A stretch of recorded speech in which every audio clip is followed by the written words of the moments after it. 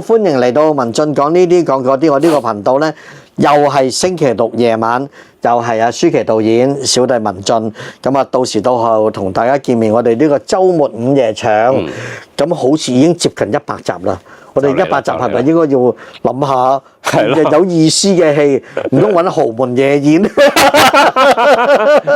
粵語片嗰度我冇講喎。上個禮拜係殺出咗西營盤，係今個禮拜咧就殺翻入愛情街，係啦。咁啊殺入愛情街咧就係麥當雄公司嘅出品，應該係佢離開電視台之後創業，咁佢嘅創業作當然小弟最清楚啦，就叫做靚妹仔。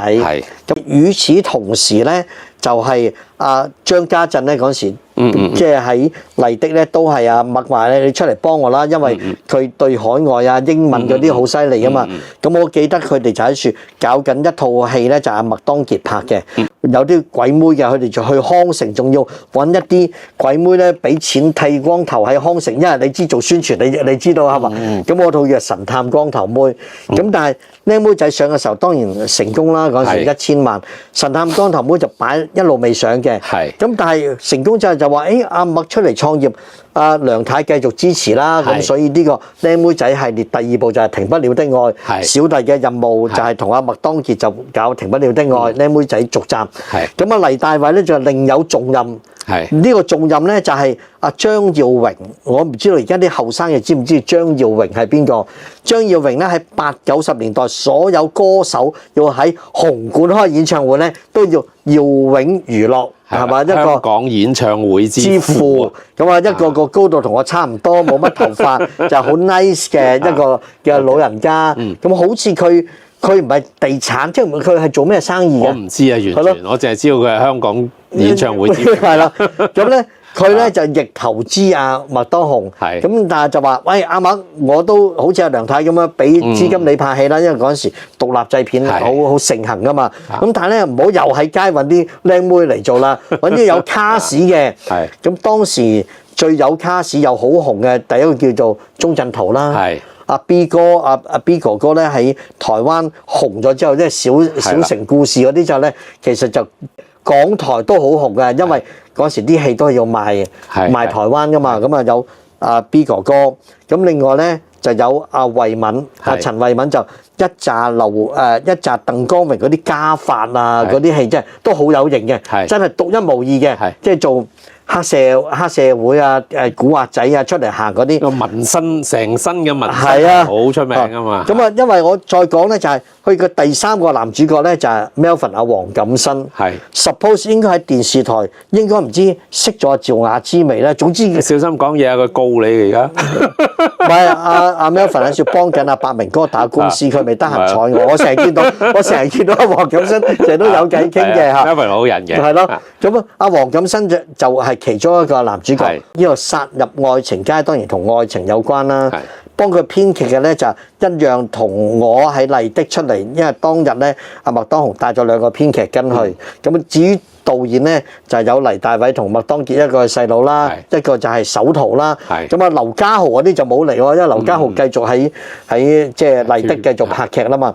咁就係阿歐華漢，阿 John 歐咧，我就已經成20-30年冇見過去，但係最近上個月咧，因為阿蛋契爺即係阿蛋咧就70大壽啊，就請翻晒我哋啲麗的編劇，咁我就見翻阿歐華漢。歐華漢咧，我哋就叫做歐公子。阿歐公子咧，我成日講就係佢如果身上邊有50蚊，佢翻屋企要坐的士，佢都要坐的士。佢個標跳到49蚊，無論去到邊啊，得啦，停啦就落車就行路，即係一個即係官仔骨好有型嘅。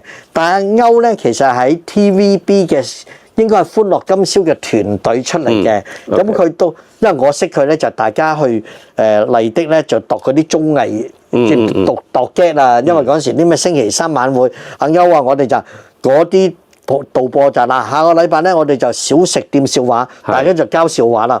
咁我哋就睇啲 get book 啊，睇書嚟抄啦咁啊。阿歐咧，佢個 punchline 咧就話：哇！呢個人咧，佢要個腿蛋三文治，結果個伙計俾到佢嗰個獎啦，咁大個佢全部都係偏數咁啊！喂，呢個唔係 punchline 嚟㗎嘛？咁但係佢就同我一樣咧，就係幫阿麥當雄就去創業，咁佢就派咗去寫《殺入愛情街》。咁當然咧，《殺入愛情街》當日我喺處打工，當然話阿麥生好啊，大家幫手宣傳啦。咁呢部戲同埋我同阿麥當傑拍嘅。俏皮女學生即係溫碧霞做主角，仲有一個台灣妹嘅吳雅婷係阿伊能靜個家姐嚟嘅。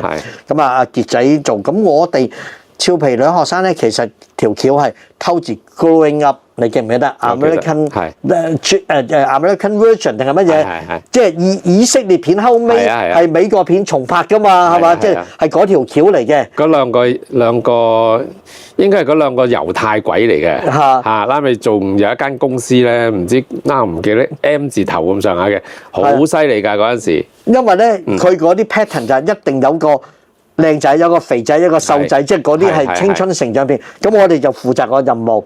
咁呢邊啊，張耀榮就話：你俾啲卡士啦。咁所以佢有鐘鎮濤，有陳慧敏，有阿黃錦燊，都見得人㗎嘛，即係有殺傷力㗎嘛。咁但係邊個做女主角咧？其實當時就有一個喺台灣啱冒起好紅嘅，嗰個叫葉倩文。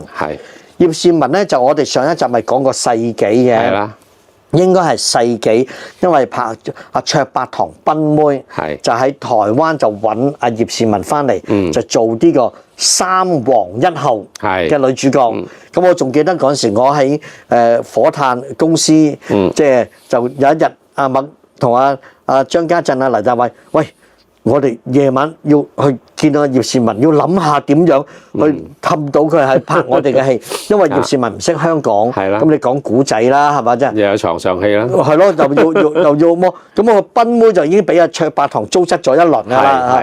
咁咧，葉倩文睇嚟咧，佢係唔係好識揀劇本？後尾佢係好彩係遇到徐克嘅即係上海之夜。我諗咁啦，你當葉倩文就係走去地下情嘅金燕玲。係嘛？嚟到香港要撈，即係真係冇辦法。當時候即係撳住，然之後俾人剝削。咁啊，結果佢哋成功簽到葉倩文做呢部戲啦。咁我當日睇咧，我就覺得話阿黎大偉真係技術活一流，即係佢拍啲場面啊，即係阿 David，我成日覺得有啲似。即係而家嘅劉偉強，當然阿黎大偉後尾嘅發展就同劉偉強唔一樣啦。劉偉強去拍主旋律啦，黎大偉就遠走。不過阿黎大偉而家都係喺國內嘅。咁但係今次因為做節目又重睇一次咧，就發覺如果係麥當雄監製嘅話咧，呢部應該係佢比較失色嘅作品嚟嘅。係嗱，即係其實我即係阿麥當雄啊，即係你哋當時候個班底啊嗰樣嘢咧，其實都唔熟嘅，係拉尾熟咗你啫。係咁當時候如果即係我就咁睇咧，我當年我冇乜印象呢個戲。亦都好似嗰陣時咧，都評論都有啲好評嘅，我覺得。但係如果今日睇翻咧，就覺得哇，都幾難睇。所謂難睇嘅原因咧，就係個戲首先就好垃圾啦。咁就呢度一忽，嗰度一忽。咁同埋咧，最主要咧就係成個劇本嗰啲人物咧，全部都成立唔到嘅。嗱，我成日咧同啲編劇講，我哋寫劇本最重要3個元素就係人物。人物係咩咧？人物要你 believe 佢係一個人。而家殺入愛情街，所有角色就唔係人，係道具。係需要佢點樣就點樣，係咪？即係完全後邊冇原因嘅，等於葉倩文。喂，一開始有個鬍鬚佬，嗰個叫 Mr X 啊，即係嗰個係做魔術嘅，所以點解你睇個魔術喺我停不了的愛入邊就係去揾阿溫碧霞陪佢出埠嗰個，即係阿麥當雄最中意用呢啲咁嘅好有特色。除咗佢用之外，其他人唔用噶嘛。喂，阿葉倩文嘅角色個男朋友或者個老公叫你陪呢個瞓又瞓，然之後仲係陪好多人瞓喎。喂，乜嘢人都可以上床。但係唔知點解咧？陳慧敏咧又成日話佢戴綠帽喎。係咯，唔係因為呢個角色係作為一個女人係唔令人信服，亦唔令觀眾同情同埋有代入感。拉尾又唔知點解又咁中意阿 B， 係啦。喂，佢係經過地盤咁，然之後即係呢啲設計咧，喂，以阿麥生嘅功力係冇理由咁差嘅，可能就望嗰頭阿歐，所以阿歐拍完呢部戲之後就阿麥生有一日同佢講話：阿歐，我真係好羨慕你。咩事啊，麥生？你唔使交稅啊？點解唔使交稅？我都打算炒你，你冇收入咪唔使交稅咯。Sorry 啊，阿歐，我將當日我聽到嘅故事再講翻一次。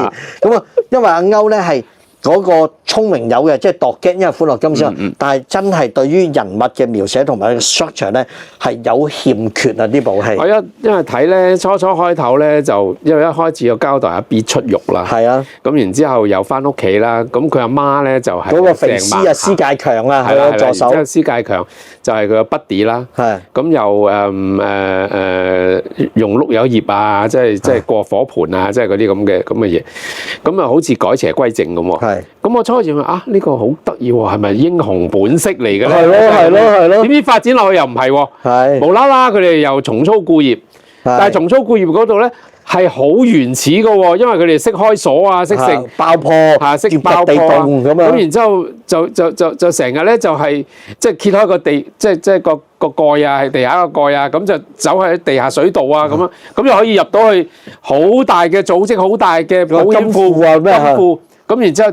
整兩嘢借，咁又開到，又偷到啲嘢。點知每一次咧，當佢喺另外一個地下通道揭開個蓋，一揭開咧，咁多人都係差佬，又被出賣啦咁樣咯。咁啊，總之係搞到亂晒大龍。而最離譜嘅，我真係覺得，正如你正話所講，就係葉倩文呢個角色。係啊，呢個角色嗱。阿堅真係好衰唔衰，又證明咗我剛才所講80年代對即係香港電影對女人咧，真係衰到咧，真係賤過泥啊！係，即係呢個係即係我諗《殺入愛情街》咧，可以作為其中一個代表作。係啊！哇！呢個女人真係，然之後你仲要將好似突然間陳慧敏變咗個情聖喎。唔係陳慧敏個角色好笑就未喺銀幕見過佢咁失威，係啦，調翻轉頭大陸冇歸功咁樣。係啦，但係轉眼之間咧。又打到葉倩文隻狗咁，咁然之後，同埋佢喺太古城個溜冰場嗰場，我都唔知佢做乜要去嗰度喺嗰度死，即係死得太突然啦，真係。總之所有嘅嘢咧就亂晒大龍。阿黃錦燊又係個角色，又要搞緊離婚，又要等升職，然之後咧又好似好中意阿葉倩文，但係葉倩文咧又初好似好 buy 佢。但係點知有一次做完愛之後，聽見佢話要去接個細佬，又嬲啦，佢個細佬醋啦，咁又呷醋，以後都唔見你啦咁。咁然之後黃錦燊又打佢，總之個個都打女人。同埋阿黃錦燊，喂，我覺得當時嘅香港嗰個社會風氣未至於你作為一個有前途嘅警司咧，你隔離有條女咧就驚俾警察同僚見到，喂，縮低，因為個上司見到，喂。我相信嗰個氣氛唔會㗎咁樣啩，係嘛？即係你有個情人，有幾難啫，係嘛？真係，即係每個角色咧都係以嗰一場嘅需要，就做一啲唔係好合理嘅行為咯。而作為一個導演咧，我覺得我唔知道個情況係點啦，即係佢係咪完全對劇本係冇一個參與嘅能力？或者係 say yes or no 嘅能力啦，就算冇嘅時候咧，我諗咁黎大偉都好盡責嘅。我諗佢嘅盡責嘅意思就係話佢盡量係將嗰場戲咧有幾冇錯，有幾結搞到幾結，所謂有幾咁好睇搞到幾咁好睇。但係你越係咁樣，就越顯得嗰場戲嘅唔合理，嗰個人物嘅單薄咯。譬如你。即係阿陳慧敏同阿 B 打交嗰一場，喺自己嘅地頭嚟嘅，打到爛晒，咪要裝修㗎，但係真係冇可能㗎，係咯，直情係爛到咧，係咯，連天花板都跌咗落嚟。你話去人哋嗰個場就話啫，喺人哋個場狹路相逢我話知啦，你係自己個場啊！要裝修都要翻幾廿萬啦，係咪真係就係一路好唔舒服咧？睇到啲咁嘅場面設計，甚至嗱，其實你葉倩文作為一個歌手，台灣好出名嘅歌手，佢呢場戲咧好笑，佢一出場咧就係唱歌先，但係唱到好差嘅喎。我初我認唔到佢啊，因為即係銀幕又細啦，個電腦又細啦 ，quality 又唔係好好啦。哇，邊個咁差嘅唱首歌唱到？唔係佢呢隻歌就有啲難度，同埋可能當時佢未正式做歌星，應該係有代唱嘅。我覺得唔係。我唔知啦，唔係佢唱係嘛？咁但係個問題，咁佢都係一個歌手出身啦。係。咁你話葉倩文係咯，即係你只能夠講就係話葉倩文真係個波咁咯。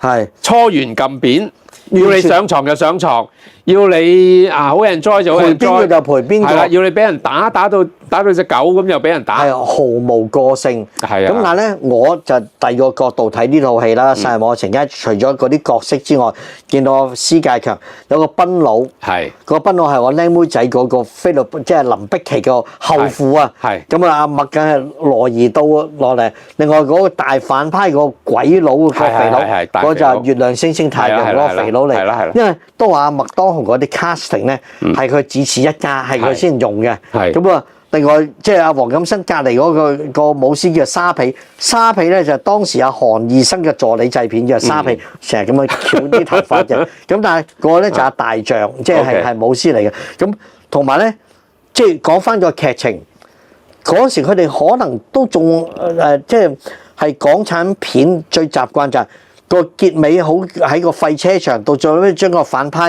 一槍做死就劇中，或者武俠片阿成龍將黃正利一腳跟住就 freeze 就劇中，呢套戲係差唔多咁啊！黃錦生同阿 B 一槍打死啊，就 freeze 咗，咁跟住打字幕，咁呢個警司乜交代劇情，我都唔明點解要交啊！可能係台灣係咪？會唔會啊？唔係嗰時定係馬來西亞定乜嘢？係咯，咁就完。喂，而家我哋即係當然。咁多年寫商業片就已經熟悉有所謂有彩蛋啊，即係你戲嘅時候咧，等人哋有回味，唔係話收尾就收尾，咁你都要代入阿葉倩文。佢仲最離譜嘅，我冇所謂，即係譬如你話馬來西亞等等地方嘅 censor，所以要變咗，即係都要交代一個咁嘅正面式嘅結局啦。但係嗰段文字好鬼長㗎喎，都睇唔切。喂，已經開燈啦，都已經邊度仲喺處留？咁同埋係咪？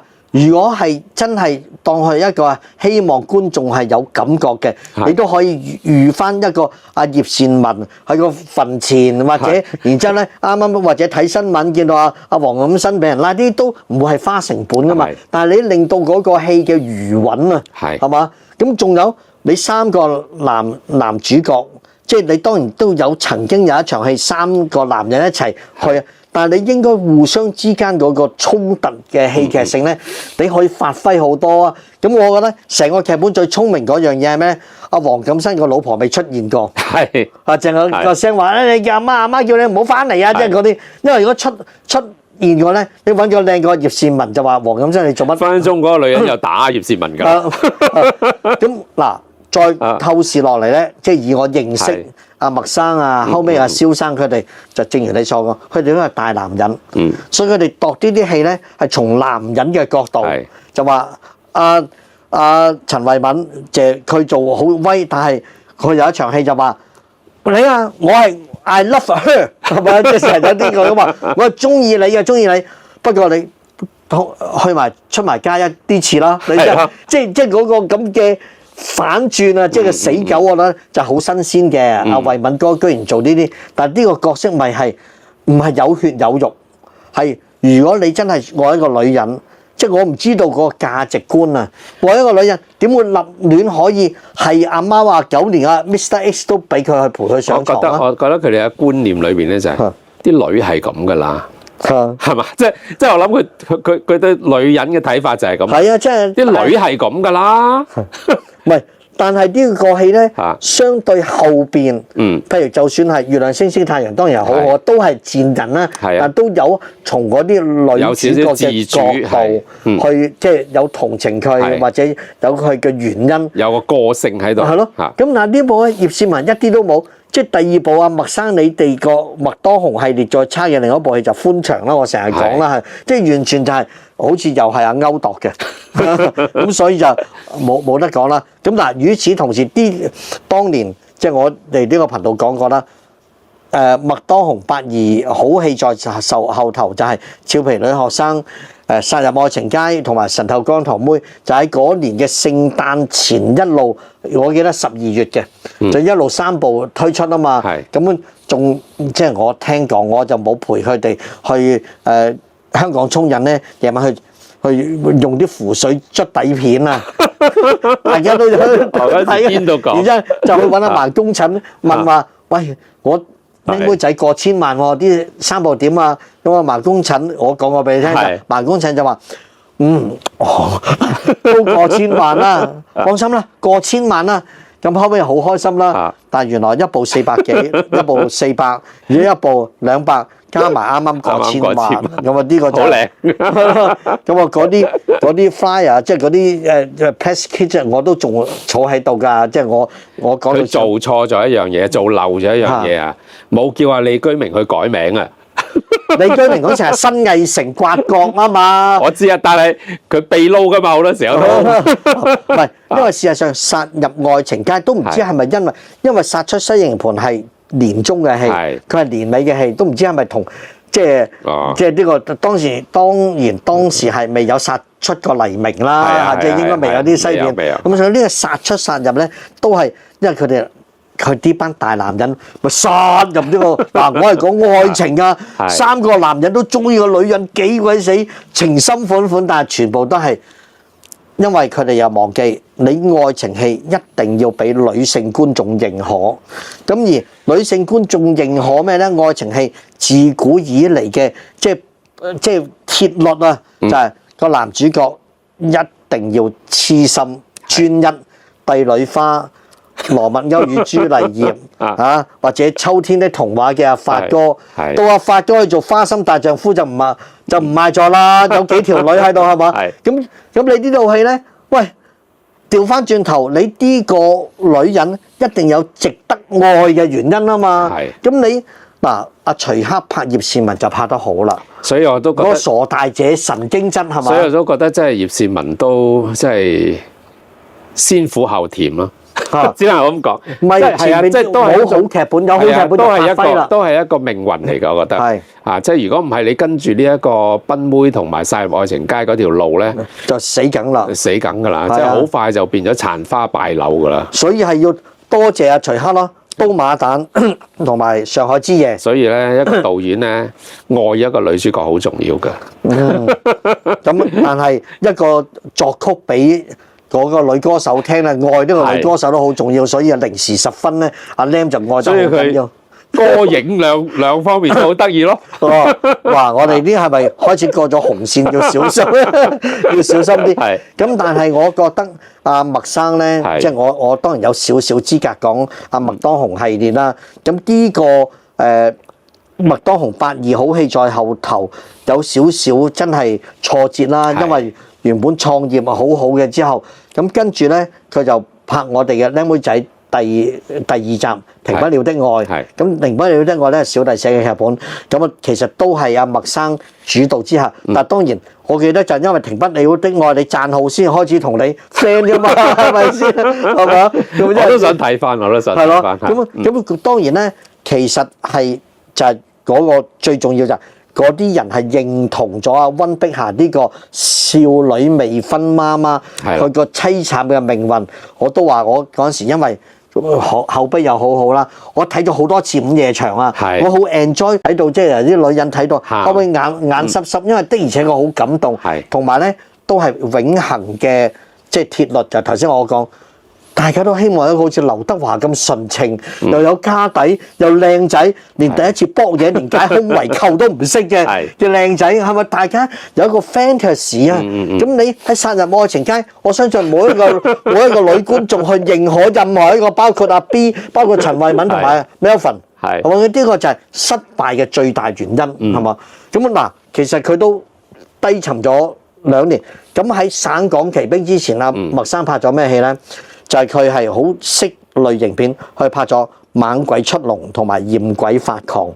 就係阿鄺美寶，跟住咧係有個又武師出蕭玉龍，有個叫做蕭玉龍係做男主角，因為係即係好平啊！呢個名 classic 新人。咁我最記得咧嗰時係天文台度唐樓，因為我都就係公司人。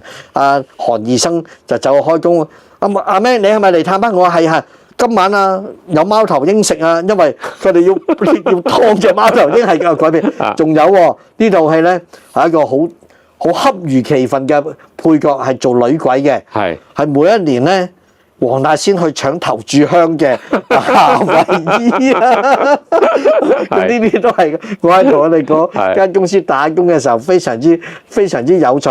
咁呢兩部戲之後咧，就喺康城，麥當雄見到岑建勳，喂，揾啲嘢搞下，於是乎就有省港奇兵啦。